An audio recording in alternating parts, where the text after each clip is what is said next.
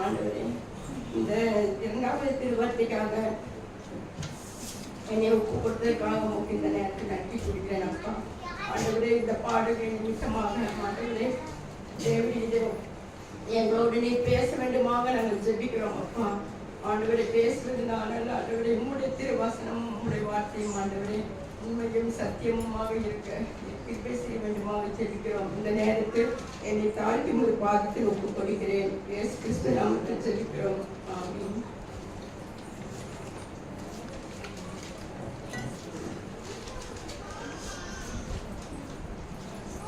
எடுத்தவங்க வாசிங்க. லூக்கா 23ஆம் அதிகாரம் 39 43 வரை வசனங்கள். அன்றியும் சிலுவையில் அறையப்பட்டிருந்த குற்றவாளிகளில் ஒருவன், நீ கிறிஸ்துவானால் உன்னையும் எங்களையும் ரட்சித்துக்கொள் என்று அவனை இகழ்ந்தார்கள். மற்றவன் அவனை நோக்கி, நீ இந்த ஆட்சிக்கு உட்பட்டவனாய் இருந்தும் தேவனுக்கு பயப்படுகிறது இல்லையா? நாமோ நியாயப்படி தண்டிக்கப்படுகிறோம். நாம் நடத்துட்டவர்களுக்கு தக்க பலனை அடைகிறோம். இவரோ தகாததொன்றையும் நடப்பிக்கவில்லையே என்று அவனை கடிந்து கொண்டு இயேசுவை நோக்கி, ஆண்டவரே, நீர் உம்முடைய ராஜ்யத்தில் வரும்போது அடியேனை நினைத்தருளும் என்றான். இயேசு அவனை நோக்கி, இன்றைக்கு நீ என்னுடனே கூட பரதேசில் இருப்பாய் என்று மெய்யாகவே உனக்கு சொல்லுகிறேன் என்றார். ஆமாம், இந்த நேரத்திலும் கூட ஆண்டவரை நாம நோக்கி பார்த்தோம். நம்ம எவ்வளவு பாவம் செய்திருந்தாலும் கடவுளை நாம விசுவசிக்கும் போது நம்மளுடைய பாவத்தை ஆண்டவர்கிட்ட அடிக்கிட்டா அந்த ஒரு நொடி பொழுது நல்ல கல்வா மனம் மாறி, ஆண்டவரே நீர் உங்களுடைய பரலோகத்தில் போகும்போது எங்க பாவியாகி ஏழை நினைவு கூறுன்னு அவன் மனம் இறங்கி அந்த நேரத்தில் ஆண்டவர்கிட்ட பேசும் பொழுது ஆண்டவர் அவன் எவ்வளவு பெரிய தவறு செஞ்சிருந்தாலும் அந்த ஒரு நேரத்துல மன்னிச்சார் பாருங்க. அதுதான் ஆண்டவருடைய கிருபை. நம்ம எவ்வளவு பாவில இருந்தாலும் சரி, நம்ம ஆண்டவருக்கு விரோதமாக எந்த பாவம் செய்தாலும் சரி, ஆண்டவருடைய நம்ம நோக்கி பார்க்கும்போது அவர் நம்முடைய பாவங்களை மன்னிக்க வல்லவரா இருக்கிறார். எப்பவுமே நம்ம ஆண்டவரிடத்துல நம்மை தாழ்த்தி நம்மளை ஒப்பு கொடுத்து நம்ம பாவத்தை ஆண்டவர்கிட்ட அறிக்கையிடணும். அதே போல ஆண்டவரே, இந்த விபச்சார ஸ்திரீயை பிடிபட்ட போது அந்த பெண்ணை எல்லாரும் சூழ்ந்து வேத பாருங்க பரிசெயர் எல்லாரும் அவளை சூழ்ந்து கல்லில் அடிக்கணும்னு சொல்லி அவளை கூட்டிட்டு ஆண்டவரிடத்துல சிறுத்துல விட்டுறாங்க. இப்ப ஆண்டவர் என்ன சொல்றாரு? யாரும் முதலில் பாவம் செய்யாதீங்களோ அவரையும் முதல் கல்லில் எரியட்டும் என்று சொல்றாரு. அப்ப அந்த அம்மா அந்த இடத்துல நிக்கிறாங்க. தலை குனிஞ்சு ஒன்னும் பேச முடியல. ஏசப்பா தரையில அப்படியே எழுதிட்டு இருக்கிறாரு. பார்க்கும்போது எல்லாருமே மனஸ்தாபப்பட்டு அவங்கவுங்க செய்த பாவத்தை நினைச்சு எல்லாரும் திரும்பி போயிடறாங்க. இப்ப ஆண்டவர் கேட்கிறாரு, ஏமா உன் மேல தீர்ப்பு எத்தனை பேர் வந்திருந்தாங்களே, ஒருத்தரும் கூட உனக்கு தீர்ப்பு இல்லையான்னு கேட்கும்போது அவர் அவர் யாருமே எனக்கு தீர்ப்பு இல்லை ஆண்டவரேன்னு சொல்லும்போது ஏசப்பா சொல்றாரு, நானும் உன்னை மன்னிச்சுட்டேன், இனிமேல் நீ போய் பாவம் செய்யாதேன்னு சொல்லி ஆண்டவர் அந்த நேரத்தில் அவ்வளவு பெரிய பாவியா இருந்தாலும் ஆண்டவர் ஒரு நொடி பொழுதுதான் மன்னிக்கிறாரு. அந்த மாதிரி நாம ஆண்டவர்கிட்ட நம்ம தேடி வரணும். தேடி நம்ம பாவத்தை அறிக்கை விடணும். ஒருத்தர் நம்மளை திட்டுனாங்க பேசுனாங்க அப்படின்னு சொல்லி அதுவே மனசுல நம்ம வச்சுட்டு இருந்தோம்னு வச்சுங்க, என்னைக்குமே நம்ம ஆண்டவருடைய சன்னிதியிலே போகவே முடியாது. ஆண்டவருக்கு விரோதமாக நம்ம செய்யற காரியமெல்லாம் ஆண்டவர் மன்னிக்கணும்னு தான் நினைக்கிறாரே தவிர அது மனசுல வச்சு மற்றவங்க பழி வாங்கணும் அப்படிங்கிற எண்ணம் அவருக்கு என்னைக்குமே கிடையாது. லூக்கா 5ஆம் அதிகாரம் எடுத்து ஒருத்தர் வாசிங்க. 5ஆம் அதிகாரத்துல 22 25 வரை வாசிங்க. லூக்கா 5ஆம் அதிகாரம் 22 25 வரை.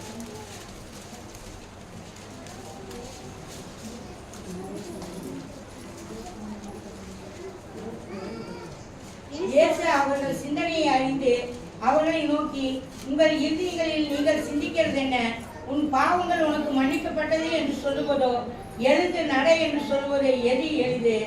பூமியிலே பாவங்களை மன்னிக்க மனுஷகுமாரனுக்கு அதிகாரம் உண்டு என்பதை நீங்கள் அறிய வேண்டும் என்று சொல்லி திமிழ்வாதக்காரனை நோக்கி, நீ எழுந்து உன் படுக்கையை எடுத்துக்கொண்டு உன் வீட்டுக்கு போய் என்று உனக்கு சொல்லுகிறேன் என்றார்.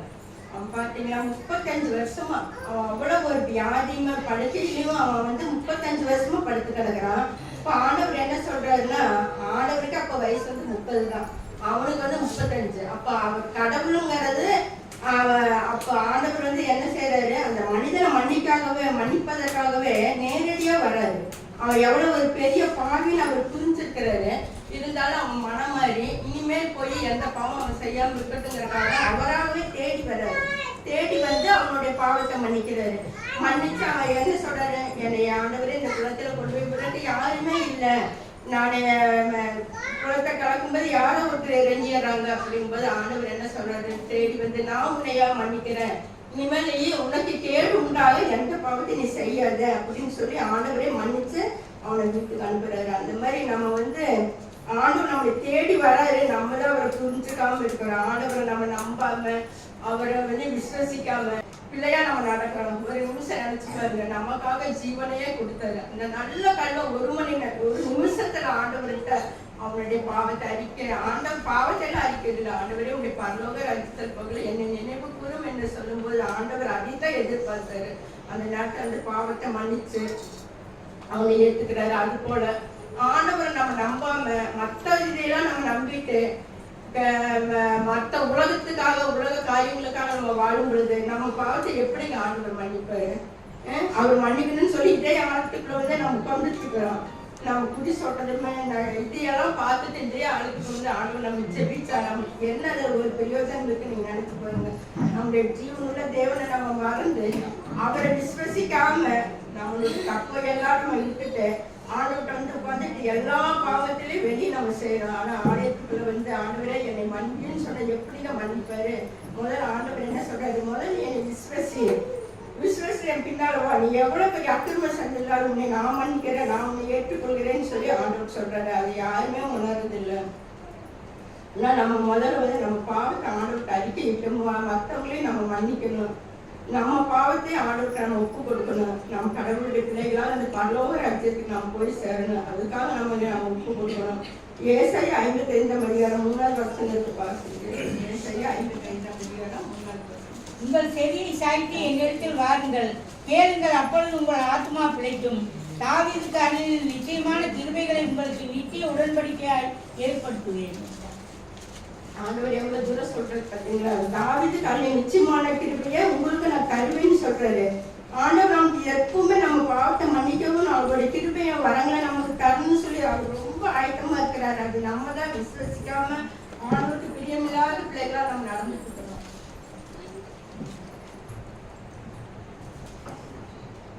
ஆண்டவர் நம்ம மற்றவங்கள்ட்ட வந்து இயேசுவை பத்தி நம்ம மகிமைப்பட்டு பேசும்போது ஆண்டவர் என்ன சொல்றாரு, மனிதன் முன்பாக என்னை அறிக்கை செய்கிறவன் பரலோக ராஜ்யத்தில் நான் அவங்களை வந்து தேவனுக்கு முன்பாக உங்களை நான் அறிக்கை பண்ணுவேன்னு சொல்றாரு. அப்ப நம்ம வந்து இயேசு பத்தி அடுத்தவங்களுக்கு சொல்லும் பொழுது அந்த இடத்துல ஆண்டவர் நம்முடைய வசனத்தை கேட்டுட்டு தான் நம்ம பேசுறத உணர்றாரு. நம்மளை பத்தி நம்ம மக வந்து பேசுறா அப்படின்னு சொல்லி ஆண்டவர் வந்து அதை எதிர்பார்க்கிறாரு. அதனால நம்ம என்ன செய்வோம், எப்பவுமே கடவுளுடைய பிள்ளைகளாகவும் ஆண்டவரை கீழ்ப்படிஞ்சு அவரை நம்பி நம்ம இந்த ஆலயத்துக்கு வருவோம். தோசைப்பட்டுங்கிறதுக்காக நம்ம போய் அந்த பாவத்தை செஞ்சு வச்சுருங்க. நம்ம எந்த காலத்திலும் ஆண்டவர் பிள்ளையாக அந்த மோச ராஜ்யத்துல போய் சேரவே முடியாது. நம்ம வந்து நம்ம ஆண்டவருக்கு ஒப்பு கொடுக்க நம்ம கடவுளுடைய பிள்ளைகளா ஞானஸ்தானம் எடுத்துருக்கிறோம். அவருக்குள்ள நம்ம வாழ்றோம், அவருக்குள்ள நம்ம ஜீவிக்கிறோம். அவருடைய பிள்ளையாக நம்ம இந்த இடத்துல இருக்கணும்னு சொல்லிதான் ஆண்டவர் விரும்புறாரு. அப்புறம் நம்பாம நம்ம செய்யற காரியம் ஒவ்வொரு ஆண்டவரே பார்த்துட்டு தான் இருக்கிறாரு. ஜீவ புஸ்தகத்தில் நம்ம பேர் அங்க எழுதப்படணும். ஆண்டவருடைய வருகையில் 1000 வருட அரசாட்சியில் அவரோட நம்ம வாழணும். நித்திய வாழ்க்கையும் அவரோட தான் நம்மளுக்கு இருக்குது. இந்த பூலோக காரியமெல்லாம் கொஞ்ச நாள் இருக்காங்க. இதெல்லாம் வந்து சாலமன் ராஜா சொல்ல மாதிரி எல்லாமே மாயைன்னு சொல்றாரு. அவர் உலகத்துல வாழ்ந்த எல்லா நாட்களிலுமே நீதிமான உத்தமா வாழ்ந்துமா கடைசியில தன்னுடைய சுயநலத்துக்காக எல்லாத்தையும் விட்டு பாவத்துல போய் விழுந்தாரு. இந்த கடைசியில அவர் சாகும் தருவையில சொல்றாரு, உலகம் வந்து எல்லாமே மாயே, ஆண்டவர் நான் பின்பற்றாம போனேன்னு சொல்லி கடைசியில மனஸ்தாபப்படுறாரு. ஆனா அது ஒரு பிரயோஜனம் இல்லை. நம்ம இருக்கும் பொழுதே நம்ம மனஸ்தாபப்பட்டு ஆண்டவரை நம்மளை ஒப்பு கொடுத்து நம்ம பாவங்களை அறிக்கையிட்டு ஒருவரும் மன்னிக்கிற மனப்பான்மையோடு நம்ம என்னைக்கு வாழணும்னு கடவுள் நம்மளுக்கு கொடுத்துருக்கிறாரு. யோவான் 10ஆம் அதிகாரத்துல 14-15 வசனங்கள் படிங்க. யோவான் 10ஆம் அதிகாரம்.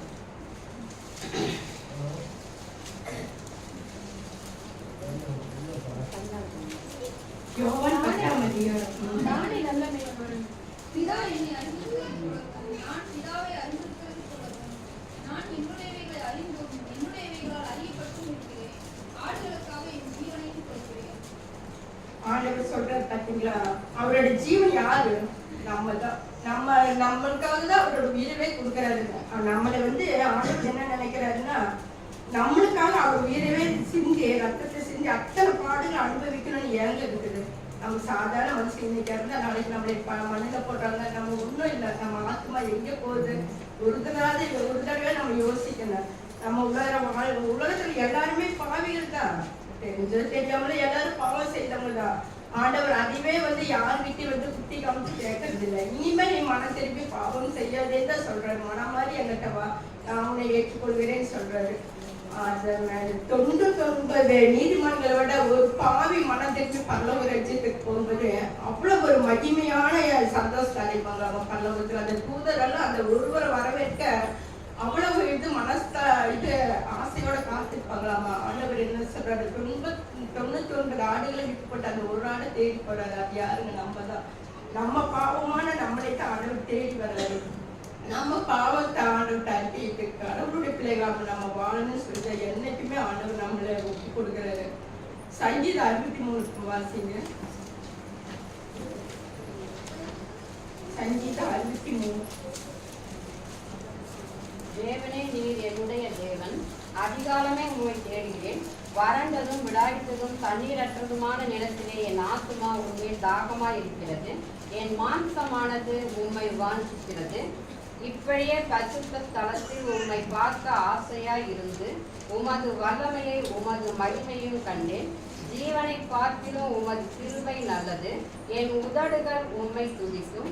என் ஜீவனுள்ள மட்டும் நான் உம்மை துதித்து உமது நாமத்தை சொல்லி கையெடுப்பேன். நிலத்தையும் கொழுப்பையும் உண்டது போல என் ஆத்துமா திருப்தியாகும். என் வாய் ஆனந்த கனிப்புள்ள உதடுகளால் உம்மை போற்றும். என் படுக்கையின் மேல் நான் உம்மை நினைக்கும் போது ராசாமங்களில் உம்மை தியானிக்கிறேன். நீர் எனக்கு துணையாய் இருந்ததினால் உமது சட்டைகளின் நிழலிலே களி கூறுகிறேன். என் ஆத்துமா உம்மை தொடர்ந்து பற்றி கொண்டிருக்கிறது. உமது பாத்தீங்களா, தாவீது எவ்வளவு வாஞ்சியா இருக்கிறார் ஆண்டவர் மேல. அவர் அப்படி ஒரு ஆசை, கடவுளை பரலோக ராஜ்யத்துல அவரை பார்க்கணும், அவரோட இருக்கணுங்கிற ஆசை அவருக்கு அவ்வளவு ஒரு ஆத்மா. அவரோட ஆத்மா பாத்தீங்களா, நினைத்ததையும் கொழும்பையும் உண்டது போல என் ஆத்மா திருப்தியாகும். என் வாய் ஆனந்த கழிப்புள்ள உதடுகளால் உண்மை போற்றும். என் படுக்கையின் மேல் நான் உண்மை நினைக்கும் போது ராஜாமங்களில் உண்மை தியானிக்கிறேன். நீர் எனக்கு துணையாய் இருந்தீரானால் உமது சத்த நிலையிலே களி கூறுகிறேன். என் ஆத்துமா உம்மை தொடர்ந்து பற்றி கொண்டிருக்கிறது. உமது வலது கரம் எப்பொழுதும் என்னை தாங்குகிறது. அந்த அளவுக்கு அப்படி ஒரு தாவீதுக்கு சொல்ல முடியாத ஒரு ஆசை ஆண்டவர் மேல. அவ்வளவு ஒரு பெரிய தூக்கத்திலையும் கூட எப்பொழுதும் ஆண்டவரவே நினைச்சிட்டு தியானிச்சுட்டே இருக்கிறாரு. 4வது வசனத்துல சொல்றாரு, என் ஜீவனுள்ள மட்டும் நான் உண்மை துதித்து உங்க நாமத்தை சொல்லி கையெடுப்பேங்கிறாரு. அவர் உயிரோட இருக்கிற நாளெல்லாம் ஆண்டவர் மட்டும்தான் துதிப்பேன், அவர் தான் நான் சொல்லுவேன். எனக்கு என்ன சோதனை வந்தாலும் சரி.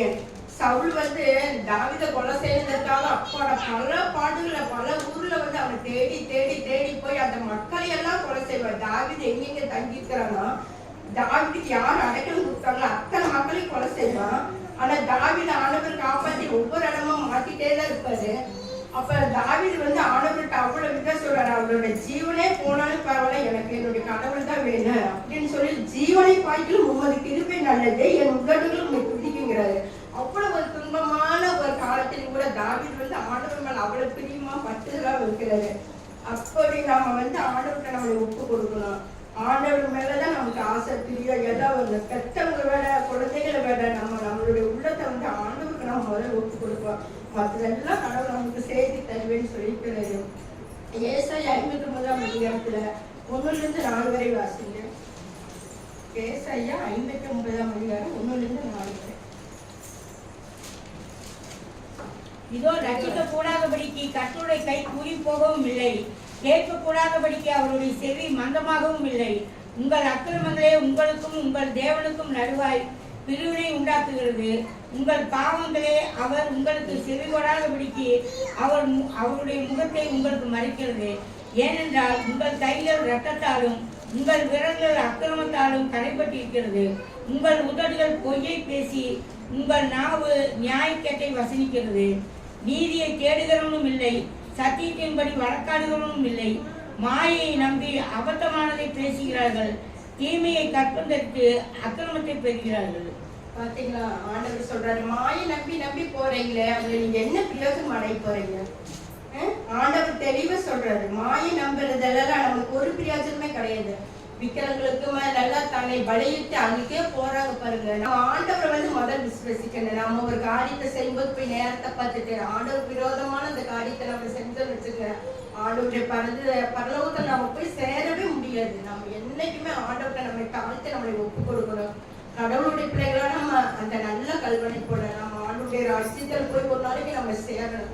அந்த ஒரு வாஞ்சி நம்ம தேடுவோம். நம்ம உலகத்தை வாழ்ந்த கொஞ்ச நாட்கள் எல்லாம் விட்டு போட்டு நம்ம என்னைக்கு இறந்தாலும் நம்ம ஆத்மா ஆண்டவரத்துல போய் சேரணும். அவர் பிள்ளையாக நம்ம வாழணும். அவரோட அந்த பரலோக ராஜ்யத்துல ஆயிரம் அரசாட்சியில நம்மளை நம்ம ஒப்பு கொடுப்போம்னு சொல்லிட்ட நேரத்துல எல்லாரும் நம்மளை ஒப்பு கொடுப்போம். ஒரு பாட்டு மட்டும் பாடிக்கிறேங்க, 5 நிமிஷம். இயேசுவின் அன்பை மறந்திடுவாயோ, மறந்திடுவாயோ மனித பண்பிருந்தால்.